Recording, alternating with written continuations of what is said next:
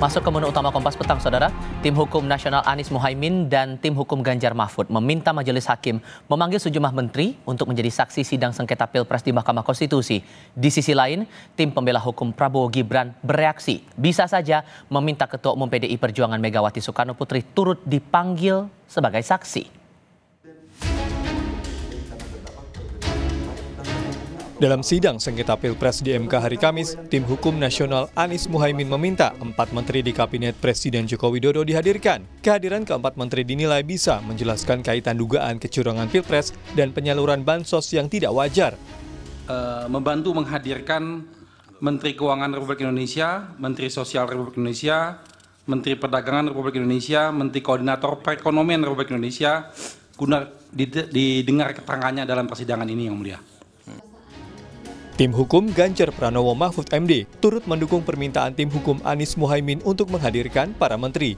Tim Hukum minta Majelis Hakim menghadirkan terutama Menteri Sosial dan Menteri Keuangan untuk mengungkap politik kebijakan penganggaran bansos. Permintaan ya dari paslon 1, sebab kami juga ingin mengajukan hal yang sama, Yang Mulia.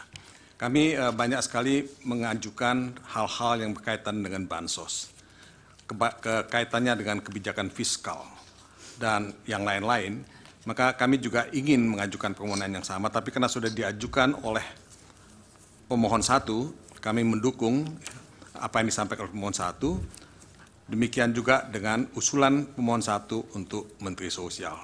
Paling tidak 2 kementerian ini yang kami anggap sangat penting, sangat vital. Wakil Ketua Tim Pembela Hukum Prabowo Gibran, Oto Hasibuan menilai permintaan Tim Hukum Ganjar Mahfud dan Anies Mohaimin agar MK menghadirkan para menteri tak perlu dilakukan dengan alasan sidang sifatnya sengketa.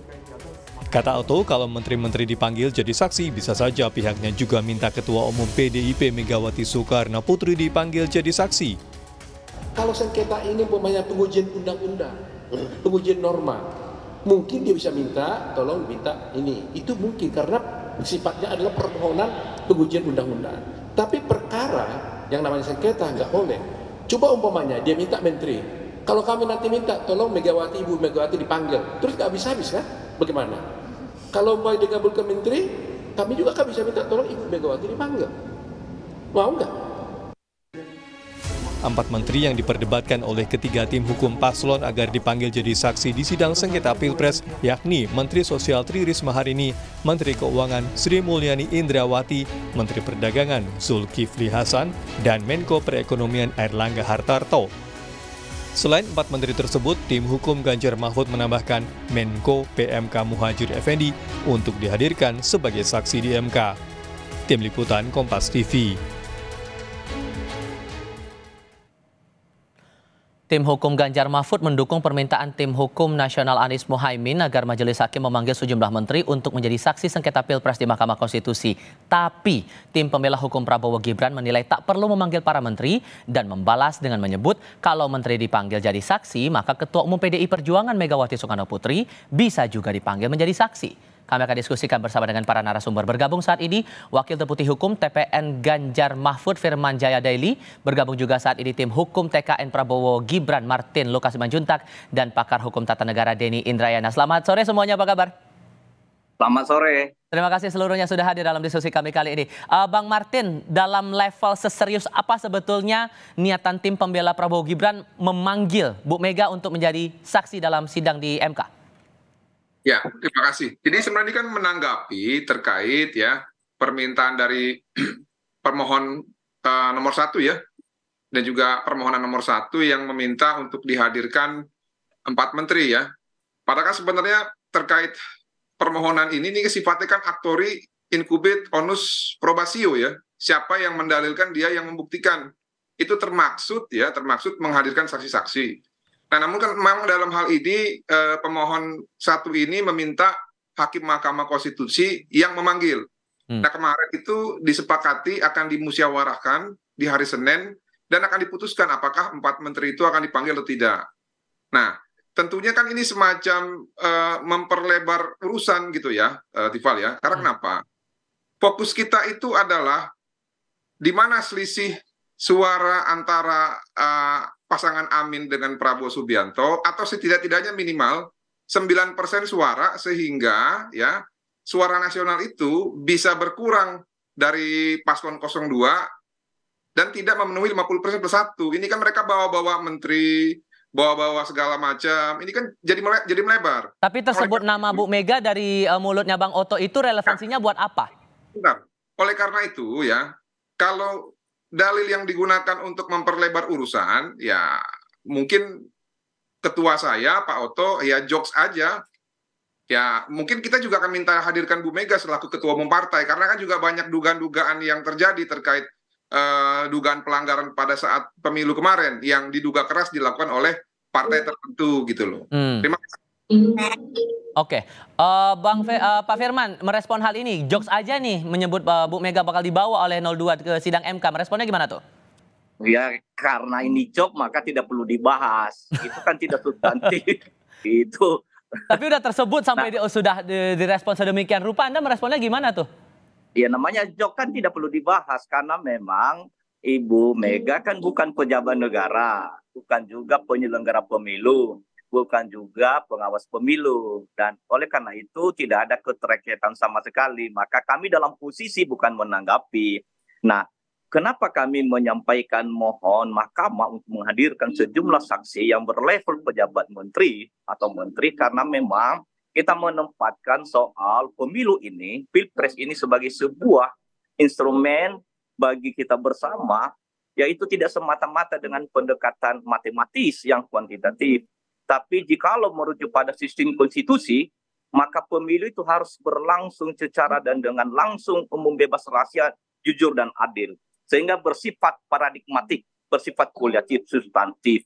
Nah, ruang inilah yang harus dijaga oleh Mahkamah Konstitusi. Wilayah inilah yang harus dikawal oleh Mahkamah Konstitusi melalui seluruh proses ekosistem penyelenggaraan pemilu. Tapi tadi Bang Martin bilang itu kalau membawa menteri urusannya jadi melebar begitu, nggak urusan masalah sengketa hasil selisih Pilpres itu. Ini yang kami teruskan. Nah, kita mendalilkan dan kita juga di dalam petitum, nah terutama dalam basis permohonan kita bahwa memang ada berbagai pelanggaran TSM, terstruktur sistem masif, yang salah satu adalah kebijakan makronya, yaitu ada politisasi anggaran dan keuangan negara, dan juga personalisasi anggaran dan keuangan negara, dalam hal ini bantuan sosial.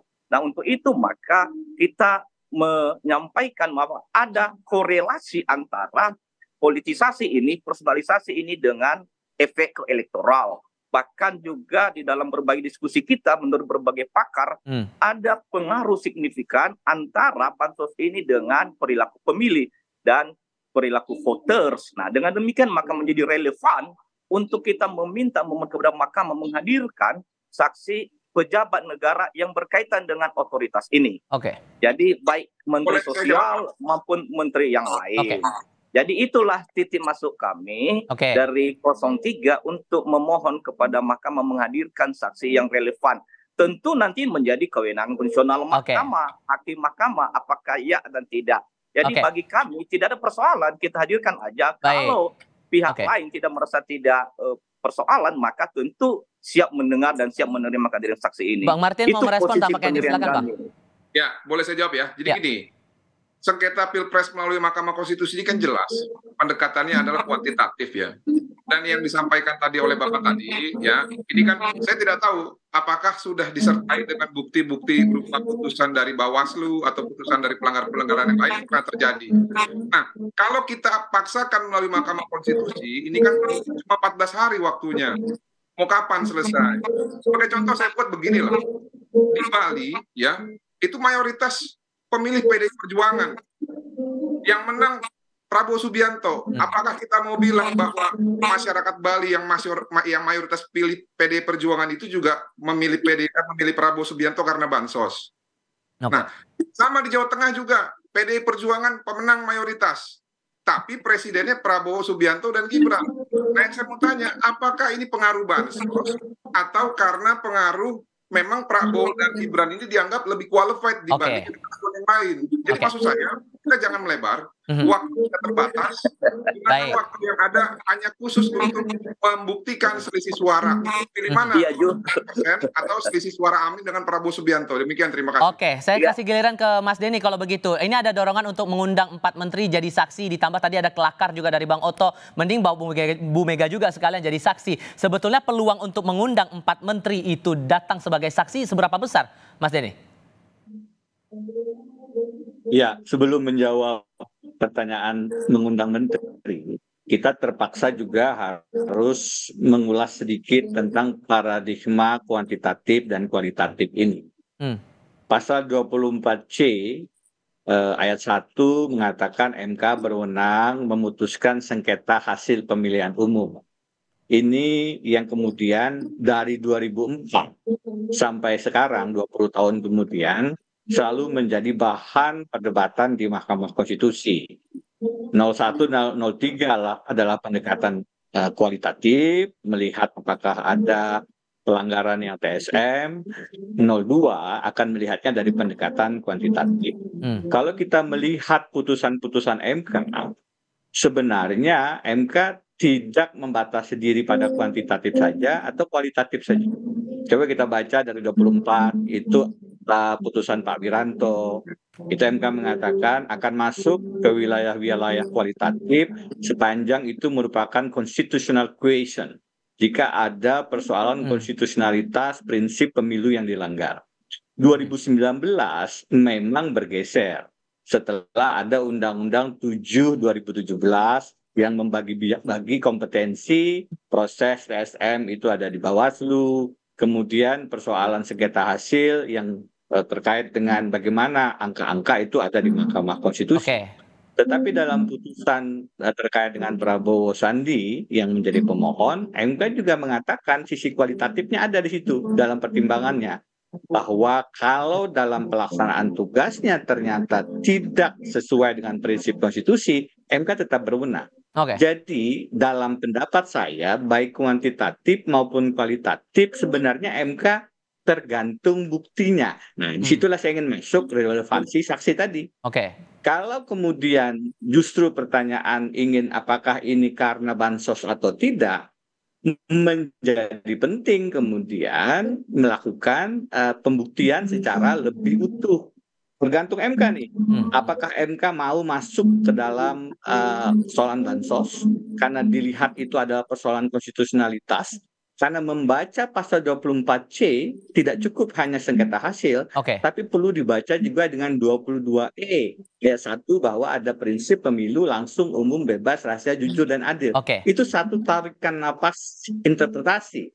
Kalau MK berpandangan memang bansos ini mempengaruhi hasil dan terkait dengan prinsip free and fair election, maka MK kemungkinan akan merasa perlu memanggil beberapa menteri tadi. Tahan di situ dulu Mas Denny. Saya harus tanyakan juga satu hal lain sebetulnya di sini. Pemohon perlu memberikan dalil-dalilnya. Satu hal juga yang perlu saya tanyakan juga di sini adalah cuitan Anda di tanggal 27 Maret di akun X waktu itu. Anda menyebut bahwa ada potensi permohonan paslon 01 dan 03 dikabulkan oleh Mahkamah Konstitusi. Sebetulnya apa yang mendasari analisis Anda itu? Tapi jawabnya nanti ya. Kami akan lanjutkan diskusi di segmen berikutnya. Usai jeda berikut ini. Mas Denny, soal cuitan Anda di akun X, Anda bilang prediksi saya ada potensi permohonan paslon 01 dan 03 dikabulkan oleh Mahkamah Konstitusi. Apakah dasarnya karena mengundang 4 menteri jadi saksi di MK atau ada faktor lain? Itu lebih karena komposisi. Jadi begini, kalau kita ingin memprediksi satu putusan, maka kita bisa melihat dari rekam jejak putusan-putusan hakim sebelumnya. Misalnya, kalau di Amerika Serikat, hakim agung yang diusulkan Presiden Republik akan lebih konservatif tentang aborsi dan pernikahan sejenis. Yang diusulkan partai dari Demokrat akan lebih progresif. Nah, demikian juga kita bisa menganalisis hakim ini cenderung apakah kuantitatif, apakah cenderung kualitatif. Itu bisa dianalisis dari putusan-putusan mereka sebelumnya. Nah, kalau kita merujuk pada putusan 90 saja yang memberikan pintu terbuka bagi Gibran untuk menjadi calon wakil presiden, maka yang tersisa sekarang ada di kubu menyetujui putusan itu tinggal satu orang, tinggal Guntur Hamzah. Karena apa? Karena Anwar Usman tidak bisa ikut sidang, karena Pak Siahaan itu sudah berhenti digantikan Ridwan Mansur. Sedangkan di kubu yang menolak itu masih ada 3 orang. Adalah Pak Suhartoyo yang menolak legal standing pemohonnya Al-Masaki Biru, adalah Saldi Isra yang bikin dissenting opinion sangat lugas, dan juga Pak Arif Hidayat yang juga memberikan dissenting opinion sangat lugas. Satu orang memang sudah juga pensiun, yaitu Wahidudin Adam. Maka tersisa bagaimana dengan Ibu Eni dan Daniel Yusmik? Ibu Eni dan Daniel Yusmik sebenarnya tidak bisa diklasifikasikan mendukung, karena mereka setuju jika yang jadi calon wakil presiden itu hanya gubernur atau level provinsi, bukan level kabupaten kota. Sedangkan Pak Arsul Sani dan Ridwan Mansur tentu kita tidak tahu bagaimana posisinya karena belum bergabung lama. Artinya dengan komposisi seperti itu peluangnya gimana? Yang mana yang dikabulkan nih Mas Denny? Yang diminta THN Amin atau diminta oleh Ganjar Mahfud? Dengan ada 3 orang yang sudah menolak putusan 90, Pak Suhartoyo, Saldi Isra, dan Pak Arif, tinggal mencari 1 orang untuk bisa menang dalam posisi menolak atau mengabulkan putusan 0103. Karena apa?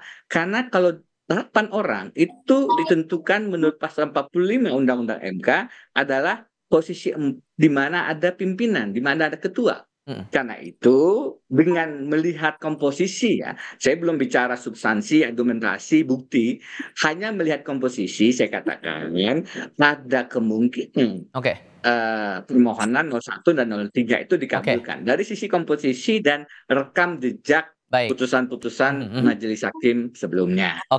Ada peluang tuh dikabulkan. Pak Firman, gimana meresponnya? Kami tentu dalam posisi sebagai tim hukum prinsipal 03 Pak Ganjar Pak Mahfud memang dengan terbuka, berkeyakinan dan berpengharapan permohonan kita bisa diterima dan dikabulkan dari berbagai perspektif yang kami sampaikan. Tentu nanti itu berdasarkan sejumlah dokumen bukti, saksi ahli dan saksi fakta.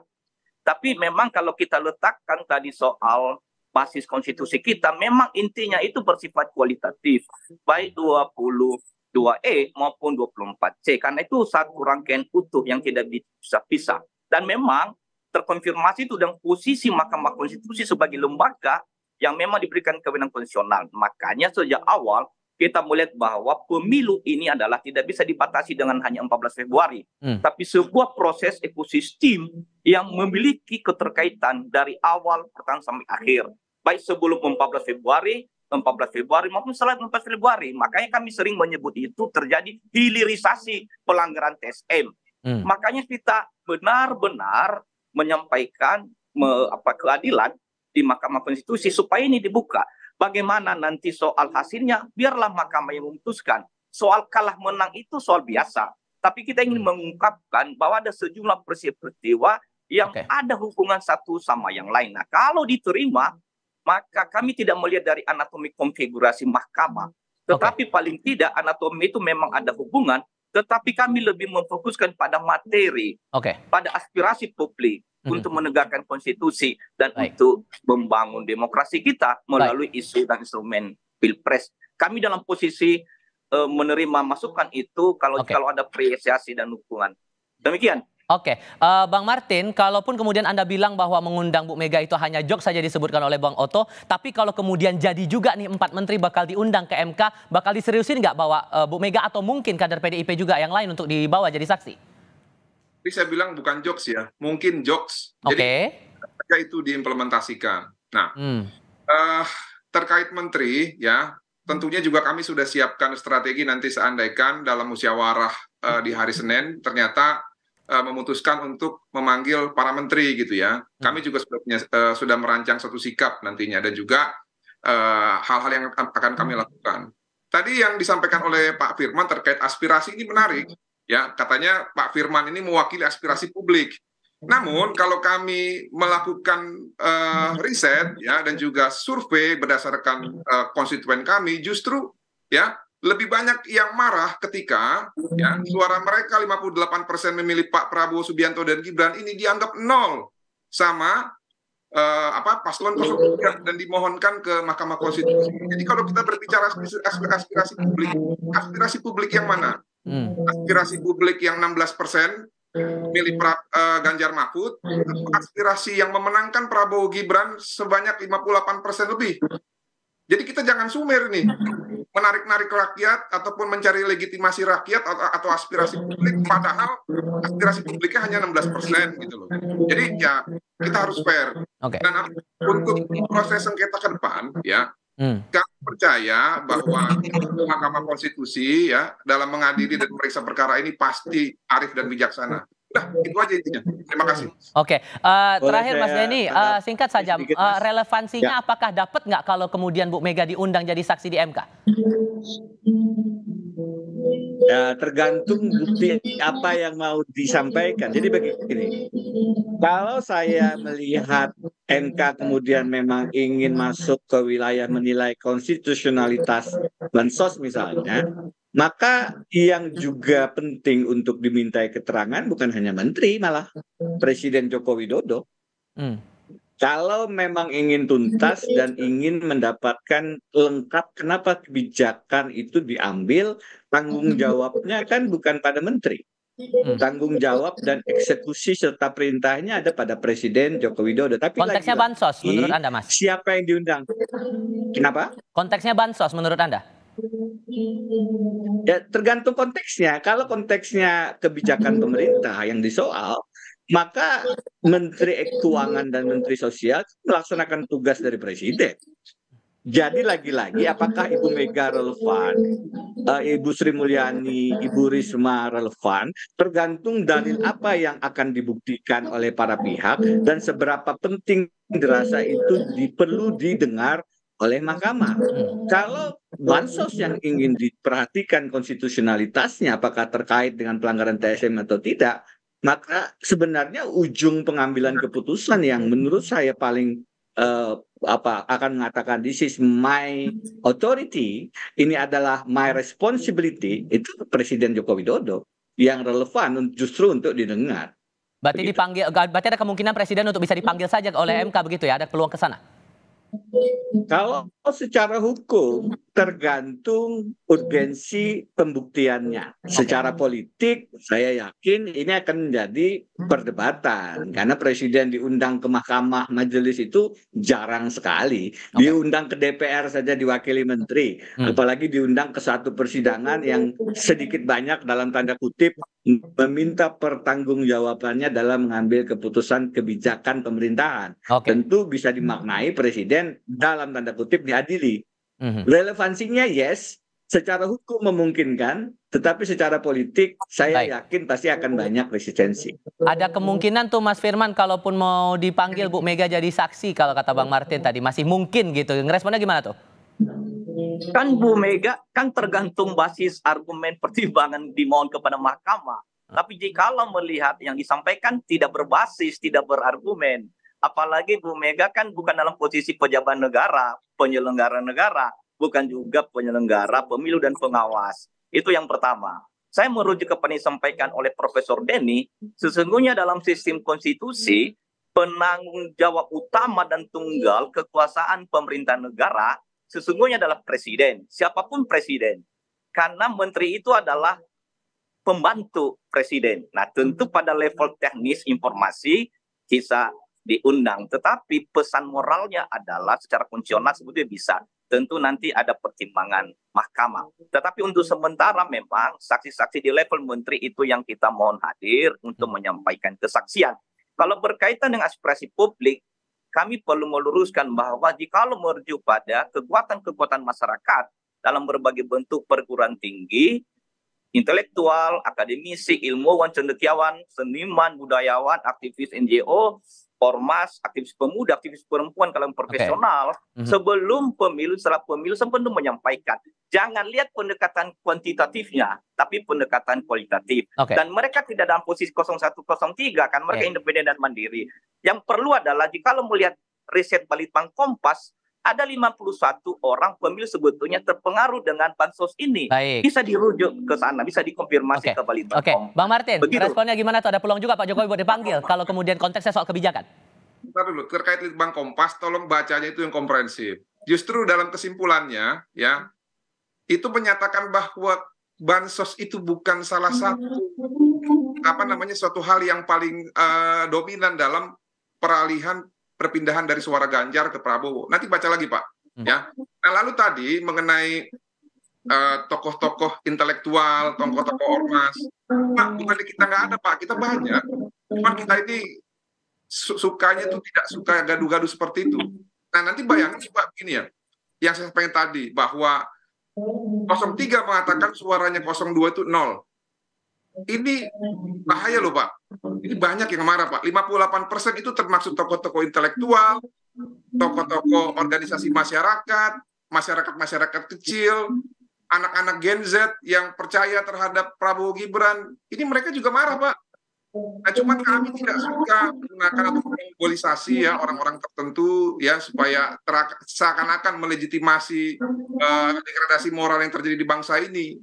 Itu ya menurut saya sih disampaikan argumen itu di persidangan. Memang kita menyampaikan ada relasi ini dengan pelanggaran TSM dan soal kualifikasi dan diskualifikasi. Makanya memang pendekatannya zero itu. Nah kalau memang ada pembelaan disampaikan aja di dalam forum di mahkamah. Tidak persoalan. Itu memang iya. Oke. Kalau Pak Jokowi gimana meresponnya? Peluang bisa dipanggil gitu Bang Martin?